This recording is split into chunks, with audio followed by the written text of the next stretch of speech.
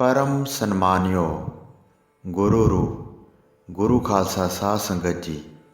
वाहिगुरु जी का खालसा वाहिगुरु जी की फतेह।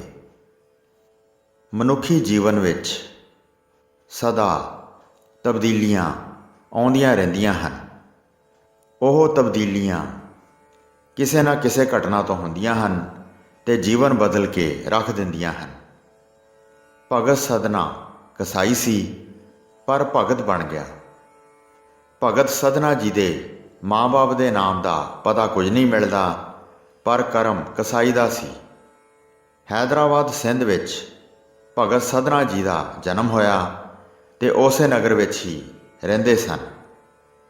ਬਚਪਨ ਤੋਂ ਹੀ ਸੰਤਾਂ ਫਕੀਰਾਂ ਤੇ ਮਹਾਂਪੁਰਖਾਂ ਕੋਲ ਬੈਠ ਕੇ ਗਿਆਨ ਚਰਚਾ ਸੁਣਨ ਦੀ ਸ਼ਰਧਾ ਸੀ ਅਤੇ ਮੂਰਤੀ ਦੀ ਪੂਜਾ ਕਰਦੇ ਸਨ। ਇਹਨਾਂ ਨੂੰ ਕਿਤਿਓਂ ਸਾਲਗ੍ਰਾਮ ਦਾ ਪੱਥਰ ਮਿਲ ਗਿਆ ਸੀ। ਉਸ ਨੂੰ ਮਾਸ ਤੋਲਣ ਵਾਸਤੇ ਵੱਟਾ ਬਣਾ ਬੈਠੇ, ਜਿਸ ਤੋਂ ਲੋਕੀ ਬੁਰਾ ਸਮਝਦੇ, ਪਰ ਲੋਕਾਂ ਨੂੰ ਨਹੀਂ ਸੀ ਪਤਾ ਕਿ ਸਧਨਾ ਜੀ ਸਾਲਗ੍ਰਾਮ ਨੂੰ ਦੇਵਤਾ ਕਰਕੇ ਪੂਜਦੇ ਤੇ ਉਸ ਦੇ ਆਸਰੇ ਕਾਰ ਵਿਹਾਰ ਕਰਦੇ ਸਨ।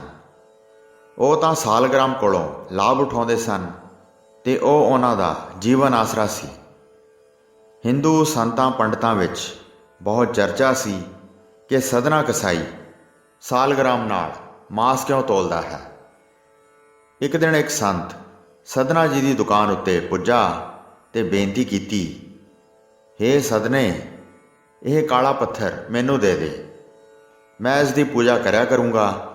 ਇਹ ਸਾਲਗ੍ਰਾਮ ਹੈ, ਤੂੰ ਹੋਰ ਵੱਟਾ ਰੱਖ ਲੈ, ਇਸ ਦਾ ਤੈਨੂੰ ਤਾਂ ਵੱਟੇ ਦਾ ਕੰਮ ਹੈ। ਸਧਨਾ ਭਗਤ ਜੀ ਜਾਣ ਗਏ ਕਿ ਇਹ ਲਿਜਾਣਾ ਚਾਹੁੰਦੇ ਹਨ। ਉਹਨਾਂ ਨੇ ਬਿਨਾਂ ਝਿਜਕ ਸਾਲਗ੍ਰਾਮ ਚੁੱਕ ਕੇ ਫੜਾ ਦਿੱਤਾ। ਉਹ ਸਾਲਗ੍ਰਾਮ ਨੂੰ ਲੈ ਕੇ ਆਪਣੇ ਡੇਰੇ ਚਲਾ ਗਿਆ। ਡੇਰੇ ਪੁੱਜ ਕੇ ਉਸਨੇ ਸਾਲਗ੍ਰਾਮ ਨੂੰ ਇਸ਼ਨਾਨ ਕਰਾਇਆ, ਧੂਪ ਧੁਖਾਈ, ਚੰਦਨ ਦਾ ਤਿਲਕ ਲਗਾਇਆ ਤੇ ਫੁੱਲ ਚੜਾਏ, ਪੂਜਾ ਕੀਤੀ ਤੇ ਰਾਤ ਪੈਣ ਤੇ ਸੌਂ ਗਿਆ। ਜਦ ਸਾਧੂ ਸੁੱਤਾ ਹੋਇਆ ਸੀ ਤਦੋਂ ਉਸ ਨੂੰ ਸੁਪਨੇ ਵਿੱਚ ਸਾਲਗ੍ਰਾਮ ਨੇ ਭਾਖਿਆ ਦਿੱਤੀ, ਤੂੰ ਇਹ ਬਹੁਤ ਬੁਰਾ ਕੀਤਾ ਹੈ। ਸਧਨੇ ਕੋਲ ਮੈਂ ਬਹੁਤ ਖੁਸ਼ ਸਾਂ ਕਿਉਂਕਿ ਉਹ ਮੇਰੀ ਪੂਜਾ ਕਰਦਾ ਸੀ। ਸੱਚੇ ਹਿਰਦੇ ਨਾਲ ਉਹ ਮੇਰਾ ਹੋ ਚੁੱਕਾ ਸੀ, ਪ੍ਰੇਮ ਕਰਦਾ ਹੈ। ਮੈਂ ਪੂਜਾ ਤੇ ਸਤਿਕਾਰ ਦਾ ਭੁੱਖਾ ਨਹੀਂ, ਸਗੋਂ ਪ੍ਰੇਮ ਦਾ ਭੁੱਖਾ ਹਾਂ। ਉਹ ਮਾਸ ਤੋਲਿਆ ਹੋਇਆ ਵੀ ਮੈਨੂੰ ਚੇਤੇ ਕਰਦਾ ਸੀ, ਮੈਨੂੰ ਉਸ ਕੋਲ ਛੱਡ ਆ। ਇਹ ਬਚਨ ਸੁਣ ਕੇ ਸੰਤ ਦੀ ਨੀਂਦ ਖੁੱਲ੍ਹ ਗਈ। ਉਹ ਸੋਚਦਾ ਤੇ ਕੀਤੇ ਕਰਮ ਉੱਤੇ ਪਛਤਾਉਂਦਾ ਰਿਹਾ। ਦਿਨ ਚੜ੍ਹਿਆ ਤਾਂ ਸਧਨੇ ਭਗਤ ਜੀ ਕੋਲ ਮੁੜ ਗਿਆ। ਉਹਨਾਂ ਨੂੰ ਆਖਣ ਲੱਗਾ, ਸਧਨਾ ਜੀ, ਆਪਣਾ ਸਾਲਗ੍ਰਾਮ ਵਾਪਸ ਰੱਖ ਲਓ, ਇਹ ਤੁਸਾਂ ਕੋਲ ਹੀ ਠੀਕ ਹੈ। ਧੰਨ ਹੋ ਤੁਸੀਂ ਜਿਨ੍ਹਾਂ ਨੂੰ ਪਰਮੇਸ਼ਰ ਯਾਦ ਹੈ। ਭਗਤ ਸਧਨਾ ਜੀ ਨੇ ਪੁੱਛਿਆ, ਕਿਉਂ ਸੰਤ ਜੀ? ਤਾਂ ਸੰਤ ਨੇ ਭਗਤ ਸਧਨਾ ਜੀ ਨੂੰ ਸੁਪਨੇ ਦੀ ਸਾਰੀ ਗੱਲ ਕਹਿ ਸੁਣਾਈ। ਉਸ ਗੱਲ ਨੂੰ ਸੁਣ ਕੇ ਭਗਤ ਸਧਨਾ ਜੀ ਦੇ ਮਨ ਵਿੱਚ ਸਗੋਂ ਦੂਣਾ ਚਾਅ ਤੇ ਪ੍ਰੇਮ ਉਮਾ ਹੋ ਗਿਆ। ਉਹ ਪ੍ਰਭੂ ਭਗਤੀ ਕਰਨ ਲੱਗ ਪਏ। ਉਸੇ ਸਾਲਗ੍ਰਾਮ ਨਾਲ ਮਾਸ ਵੀ ਤੋਲਦੇ ਤੇ ਉਸ ਦੀ ਪੂਜਾ ਵੀ ਕਰਦੇ, ਮਨ ਵਿੱਚ ਸਿਮਰਨ ਕਰਦੇ ਰਹਿੰਦੇ। ਇੱਕ ਦਿਨ ਦੀ ਗੱਲ ਹੈ, ਰਾਤ ਦੇ ਸਮੇਂ ਇੱਕ ਸ਼ਾਹੂਕਾਰ ਸਧਨਾ ਜੀ ਦੇ ਕੋਲ ਬੱਕਰੇ ਦਾ ਮਾਸ ਲੈਣ ਵਾਸਤੇ ਆ ਗਿਆ। ਸਧਨਾ ਜੀ ਨੇ ਕਿਹਾ ਕਿ ਇਸ ਵੇਲੇ ਮਾਸ ਨਹੀਂ ਹੈ, ਕਿਉਂਕਿ ਜੋ ਬੱਕਰਾ ਬਣਵਾਇਆ ਸੀ ਉਹ ਮੁੱਕ ਗਿਆ ਸੀ। ਸ਼ਾਹੂਕਾਰ ਲਿਹਾਜ਼ ਵਾਲਾ ਬੰਦਾ ਸੀ। ਭਗਤ ਸਧਨਾ ਜੀ ਉਸ ਨੂੰ ਮੋੜ ਵੀ ਨਹੀਂ ਸੀ ਸਕਦੇ। ਇਸ ਵਾਸਤੇ ਭਗਤ ਸਧਨੇ ਨੇ ਜਿਉਂਦੇ ਬੱਕਰੇ ਦੇ ਕੋਫਤੇ ਕੱਟ ਕੇ ਸ਼ਾਹੂਕਾਰ ਨੂੰ ਦੇਣੇ ਚਾਹੇ। ਜਦੋਂ ਭਗਤ ਸਧਨਾ ਛੁਰੀ ਫੜ ਕੇ ਬੱਕਰੇ ਦੇ ਨੇੜੇ ਗਿਆ ਤਾਂ ਬੱਕਰਾ ਹੱਸ ਪਿਆ। ਹੱਸ ਕੇ ਆਖਣ ਲੱਗਾ, ਹੇ ਸਧਨਾ, ਜੱਗੋਂ ਬਾਹਰੀ ਕਰਨ ਲੱਗੇ ਜੇ। ਇਹ ਸੁਣ ਕੇ ਸਧਨਾ ਜੀ ਬਹੁਤ ਹੈਰਾਨ ਹੋਏ ਕਿ ਇਹ ਜਾਨਵਰ ਬੋਲਣ ਲੱਗ ਪਿਆ। ਉਸ ਵੇਲੇ ਸਧਨੇ ਦੇ ਹੱਥੋਂ ਛੁਰੀ ਧਰਤੀ ਉੱਤੇ ਡਿੱਗ ਪਈ। ਸਧਨਾ ਜੀ ਨੇ ਬੱਕਰੇ ਨੂੰ ਪੁੱਛਿਆ, ਹੇ ਬੱਕਰੇ, ਇਹ ਦੱਸ ਨਵੀਂ ਭਾਜੀ ਕੀ ਮੈਂ ਚਾੜਨ ਲੱਗਾ ਹਾਂ? ਮੇਰਾ ਕਰਮ ਹੈ ਤੈਨੂੰ ਮਾਰ ਕੇ ਵੇਚਣਾ। ਬੱਕਰਾ ਬੋਲਿਆ, ਸੁਣ, ਅੱਗੇ ਇਹ ਸਿਲਸਿਲਾ ਤੁਰਿਆ ਆਉਂਦਾ ਰਿਹਾ ਹੈ ਕਿ ਕਦੀ ਮੈਂ ਬੱਕਰਾ ਤੇ ਤੂੰ ਕਸਾਈ, ਤੇ ਕਦੀ ਮੈਂ ਕਸਾਈ ਤੇ ਤੂੰ ਬੱਕਰਾ। ਇਸ ਜਨਮ ਵਿੱਚ ਤੂੰ ਮੇਰੇ ਜਿਉਂਦੇ ਦਾ ਇੱਕ ਅੰਗ ਕੱਟ ਕੇ ਸ਼ਾਹੂਕਾਰ ਨੂੰ ਦੇਣ ਲੱਗਾ ਹੈ। ਇਹ ਨਵੀਂ ਭਾਜੀ ਹੈ। ਕੱਲ੍ਹ ਨੂੰ ਮੈਂ ਵੀ ਤੇਰੇ ਨਾਲ ਐਸਾ ਹੀ ਕਰਾਂਗਾ, ਕਿਉਂਕਿ ਆਪਾਂ ਕਰਮ ਦੇ ਇੱਕ ਦੂਸਰੇ ਦੇ ਸਾਥੀ ਹਾਂ। ਆਪਣਾ ਧਰਮ ਬਣ ਚੁੱਕਿਆ ਹੈ, ਇੱਕ ਦੂਸਰੇ ਦਾ ਮਾਸ ਵੇਚਣਾ ਹੈ।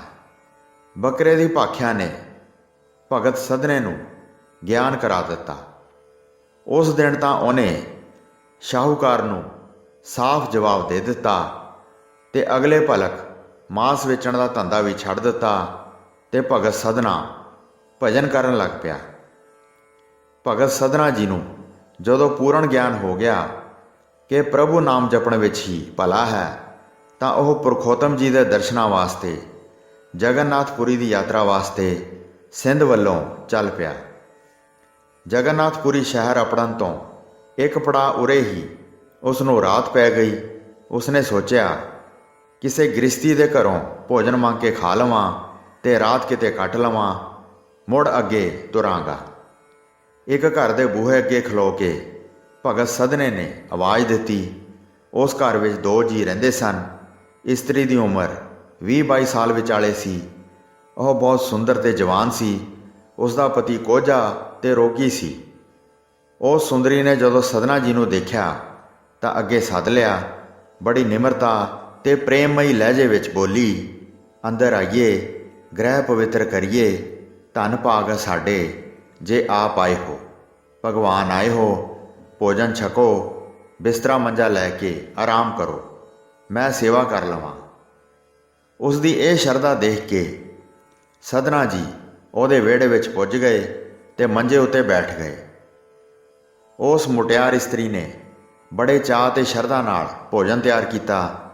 ਭੋਜਨ ਤਿਆਰ ਕਰਕੇ ਸਧਨਾ ਜੀ ਦੇ ਚਰਨ ਧੁਆਏ ਤੇ ਚੌਂਤਰੇ ਉੱਤੇ ਬਿਠਾ ਕੇ ਭੋਜਨ ਛਕਾਇਆ।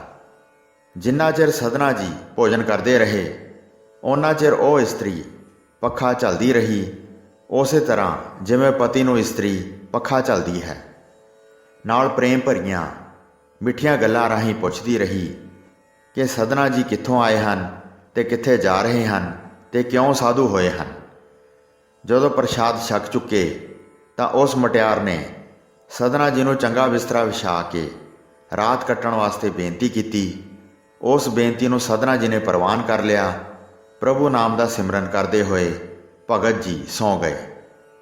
ਜਦੋਂ ਅੱਧੀ ਰਾਤ ਦਾ ਵੇਲਾ ਆਇਆ ਤਾਂ ਉਹ ਮੁਟਿਆਰ ਸ਼ਿੰਗਾਰ ਕਰਕੇ ਸਧਨਾ ਜੀ ਦੇ ਮੰਜੇ ਉੱਤੇ ਆ ਗਈ।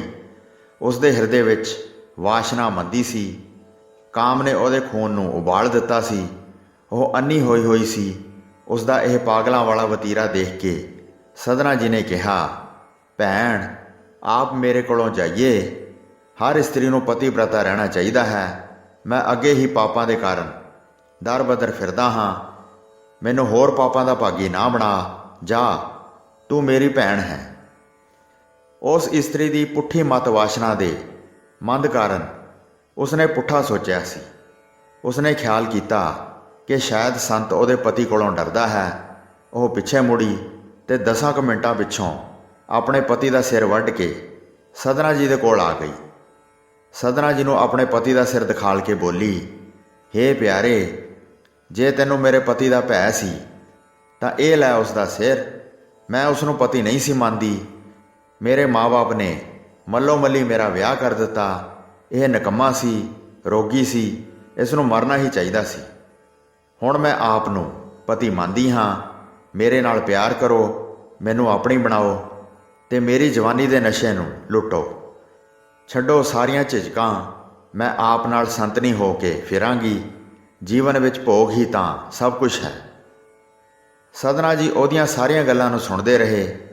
ਜਦੋਂ ਉਹ ਮਾਨਾਈ ਬਕਵਾਸ ਕਰ ਚੁੱਕੀ ਤਾਂ ਗੁੱਸੇ ਨਾਲ ਬੋਲੇ, ਚੰਡਾਲਣ, ਪਾਪਣ, ਤੂੰ ਮਹਾਨ ਪਾਪ ਕੀਤਾ ਹੈ। ਇਸ ਪਾਪ ਦਾ ਫਲ ਤੈਨੂੰ ਨਰਕ ਭੋਗਣਾ ਪਵੇਗਾ। ਮੈਂ ਪਾਪ ਕਰਨ ਵਾਸਤੇ ਤਿਆਰ ਨਹੀਂ। ਮੈਂ ਤੇਰੇ ਘਰੋਂ ਹੁਣੇ ਚੱਲਿਆ ਹਾਂ। ਤੂੰ ਜ਼ਹਿਰ ਦੀ ਗੰਦਲ ਹੈ, ਨਾਗਣ ਹੈ, ਜਿਸ ਨੇ ਆਪਣੇ ਪਤੀ ਦਾ ਖੂਨ ਕਰ ਦਿੱਤਾ। ਉਹ ਪਰਾਏ ਮਰਦ ਨਾਲ ਕਿਵੇਂ ਪਿਆਰ ਕਰੇਗੀ? ਧਿਰਕਾਰ ਹੈ ਐਸੇ ਪਿਆਰ ਨੂੰ ਜਿਸ ਦੇ ਡੰਗ ਦਾ ਇਲਾਜ ਨਹੀਂ। ਭਗਤ ਸਧਨਾ ਜੀ ਕ੍ਰੋਧ ਨਾਲ ਆਪੇ ਤੋਂ ਬਾਹਰ ਹੋ ਗਏ। ਉਹ ਇਹ ਆਖਦੇ ਹੋਏ ਉੱਠਣ ਲੱਗੇ ਤਾਂ ਉਹਨਾਂ ਨੂੰ ਉੱਠਦਿਆਂ ਦੇਖ ਕੇ ਉਹ ਮਹਾਪਾਪਣ ਹਥਿਆਰੀ ਕੂਕ ਉੱਠੀ, ਹੈਂ, ਮੇਰੇ ਪਤੀ ਨੂੰ ਮਾਰ ਕੇ ਮੇਰੇ ਨਾਲ ਪਾਪ ਕਰਨਾ ਚਾਹੁੰਦਾ ਹੈ? ਤੂੰ ਸੰਤ ਨਹੀਂ, ਖੂਨੀ ਹੈ। ਵੇ ਲੋਕੋ, ਮੈਂ ਲੁੱਟੀ ਗਈ, ਨੱਸੋ, ਦੌੜੋ, ਮੇਰੇ ਪਿਆਰੇ ਪਤੀ ਦਾ ਸੰਤ ਨੇ ਖੂਨ ਕਰ ਦਿੱਤਾ, ਫੜੋ, ਨੱਸ ਚੱਲਿਆ ਜੇ। ਉਸ ਪਾਪਣ ਦਾ ਇਹ ਰੌਲਾ ਦੇਖ ਕੇ ਸਧਨਾ ਜੀ ਹੈਰਾਨ ਜ਼ਰੂਰ ਹੋਏ ਪਰ ਘਬਰਾਏ ਨਹੀਂ। ਉਹਨਾਂ ਨੇ ਕਿਹਾ, ਵੇਖੀ ਜਾਏਗੀ ਭਗਵਾਨ ਕੀ ਕਰਦਾ ਹੈ। ਸ਼ਾਇਦ ਮੇਰੇ ਕਿਸੇ ਪਾਪ ਦਾ ਫਲ ਮਿਲਣਾ ਰਹਿ ਗਿਆ ਹੈ।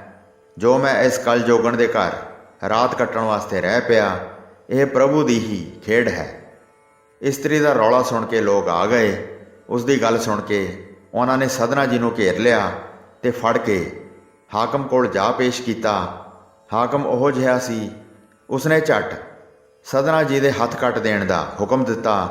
ਉਸ ਵੇਲੇ ਸਧਨਾ ਜੀ ਨੇ ਪ੍ਰਭੂ ਅੱਗੇ ਬੇਨਤੀ ਕੀਤੀ, ਨ੍ਰਿਪ ਕੰਨਿਆ ਕੇ ਕਾਰਨੈ ਇੱਕ ਭਇਆ ਭੇਖ ਧਾਰੀ, ਕਾਮਾਰਥੀ ਸਵਾਰਥੀ ਵਾਕੀ ਪੈਜ ਸਵਾਰੀ, ਤਬ ਗੁਣ ਕਹਾਂ ਜਗਤ ਗੁਰਾ ਜੋ ਕਰਮ ਨਾ ਨਾਸੈ, ਸਿੰਘ ਸਰਣ ਕਤ ਜਾਈਐ ਜੋ ਜੰਬੋ ਗਰਾਸੈ, ਏਕ ਬੂੰਦ ਜਲ ਕਾਰਣੇ ਚਾਤਰਿਕ ਦੁਖ ਪਾਵੈ, ਪ੍ਰਾਣ ਗਏ ਸਾਗਰ ਮਿਲੈ ਫੁਨ ਕਾਮ ਨਾ ਆਵੈ, ਪ੍ਰਾਣ ਜੋ ਥਾਕੇ ਥਿਰ ਨਹੀਂ ਕੈਸੇ ਬਿਰਮਾਵੋ, ਬੂੜ ਮੋਏ ਨੌਕਾ ਮਿਲੈ ਕਹੋ ਕਾਹੇ ਚੜਾਵੋ, ਮੈਂ ਨਾਹੀ ਕਛ ਹੋ ਨਹੀਂ ਕਛ ਆਹੇ ਨਾ ਮੋਰਾ, ਅਵਸਰ ਲੱਜਾ ਰਾਖ ਲਿਹੋ ਸਧਨਾ ਜਨ ਤੋਰਾ। ਹੇ ਭਗਵਾਨ, ਰਾਜ ਕੰਨਿਆ ਨੂੰ ਵਿਆਹੁਣ ਵਾਸਤੇ ਇੱਕ ਤਰਖਾਣ ਨੇ ਵਿਸ਼ਨੂੰ ਰੂਪ ਧਾਰ ਲਿਆ ਸੀ। ਉਹ ਕਥਾ ਇਉਂ ਸੀ ਕਿ ਇੱਕ ਰਾਜ ਕੰਨਿਆ ਨੇ ਪ੍ਰਣ ਕੀਤਾ ਕਿ ਉਹ ਵਿਸ਼ਨੂੰ ਬਿਨਾਂ ਕਿਸੇ ਨਾਲ ਸ਼ਾਦੀ ਨਹੀਂ ਕਰੇਗੀ। ਇੱਕ ਤਰਖਾਣ ਨੇ ਕਿਸੇ ਤਪ ਦੇ ਬਲ ਨਾਲ ਵਿਸ਼ਨੂੰ ਰੂਪ ਤਾਂ ਧਾਰਨ ਕਰ ਲਿਆ, ਪਰ ਉਸ ਕੋਲ ਵਿਸ਼ਨੂੰ ਜੀ ਵਾਲੀ ਸ਼ਕਤੀ ਨਹੀਂ ਸੀ। ਪਰ ਲੋੜ ਪੈਣ 'ਤੇ ਉਸਨੇ ਅਰਦਾਸ ਕੀਤੀ ਤਾਂ ਉਸ ਕੋਲ ਸ਼ਕਤੀ ਆ ਗਈ। ਹੇ ਪ੍ਰਭੂ, ਉਸ ਕਾਮੀ ਤੇ ਖੁਦਗਰਜ਼ ਬੰਦੇ ਦੀ ਵੀ ਲਾਜ ਰੱਖ ਲਈ, ਮੇਰੀ ਇੱਜ਼ਤ ਕਿਉਂ ਨਹੀਂ ਬਚਾਉਂਦਾ? ਹੇ ਜਗਤ ਪਾਲਕ, ਹੇ ਭਗਵਾਨ, ਤੇਰੀ ਕੀ ਵਡਿਆਈ ਹੈ ਕਿ ਤੇਰੀ ਕਿਰਪਾ ਨਾਲ ਮੇਰੇ ਕਰਮ ਨਾ ਨਾਸ਼ ਹੋਣ। ਉਸ ਮਨੁੱਖ ਸ਼ੇਰ ਨੂੰ ਆਪਣਾ ਉਸਤਾਦ ਕਿਉਂ ਮੰਨਣਾ ਹੈ ਜੇ ਗਿੱਦੜਾਂ ਨੇ ਹੀ ਘੇਰੀ ਫਿਰਨਾ ਹੈ? ਜਲ ਦੀ ਇੱਕ ਬੂੰਦ ਬਦਲੇ ਪਪੀਹਾ ਕੂਕਦਾ ਹੈ। ਜੇ ਉਹ ਤ੍ਰਿਹਾਇਆ ਮਰ ਜਾਵੇ ਤੇ ਮੋਏ ਨੂੰ ਸਮੁੰਦਰ ਵਿੱਚ ਸੁੱਟ ਦਿੱਤਾ ਜਾਵੇ ਤਾਂ ਉਸ ਦਾ ਕੀ ਲਾਭ ਹੈ?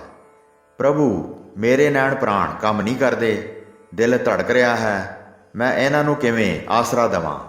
ਹੇ ਭਗਵਾਨ, ਡੁੱਬ ਗਏ ਪੁਰਸ਼ ਵਾਸਤੇ ਬੇੜੀ ਕਿਸ ਕੰਮ? ਮੈਂ ਤੇਰਾ ਹਾਂ, ਇਸ ਵੇਲੇ ਮੇਰੀ ਲਾਜ ਰੱਖ, ਮੇਰੇ ਪਿਛਲੇ ਕਰਮਾਂ ਨੂੰ ਬਖਸ਼ ਦੇ। ਹੇ ਦਾਤਾ, ਮਿਹਰ ਕਰ। ਹਾਕਮ ਦਾ ਹੁਕਮ ਤੇ ਲੋਕਾਂ ਦੇ ਰੌਲਾ ਪਾਉਣ ਤੇ ਭਗਤ ਸਧਨਾ ਜੀ ਨੂੰ ਖੂਨੀ ਮੰਨਿਆ ਗਿਆ ਤੇ ਉਸ ਦੇ ਹੱਥ ਕੱਟੇ ਜਾਣ ਦਾ ਹੁਕਮ ਹਾਕਮ ਨੇ ਵਾਪਸ ਨਾ ਲਿਆ ਤੇ ਉਸ ਦੇ ਹੱਥ ਕੱਟ ਦਿੱਤੇ। ਹੱਥ ਕੱਟੇ ਗਏ ਤਾਂ ਪ੍ਰਮਾਤਮਾ ਨੇ ਹਾਕਮ ਨੂੰ ਭਾਖਿਆ ਦਿੱਤੀ, ਅਸਲ ਕਾਤਲ ਨਾਰੀ ਹੈ। ਕੁਝ ਇੱਕ ਗੁਆਂਢਣ ਜਿਸ ਨੇ ਕੌਤਕ ਦੇਖਿਆ ਸੀ, ਉਸ ਨੂੰ ਪ੍ਰਮਾਤਮਾ ਨੇ ਪ੍ਰੇਰਨਾ ਦਿੱਤੀ।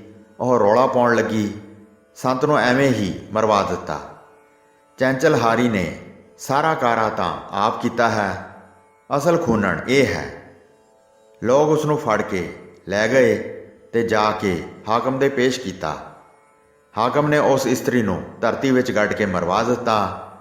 ਭਗਤ ਸਧਨਾ ਜੀ ਬਿਨਾਂ ਹੱਥਾਂ ਤੋਂ ਫਿਰਦੇ ਰਹੇ ਤੇ ਭਗਤੀ ਕਰਦੇ ਰਹੇ।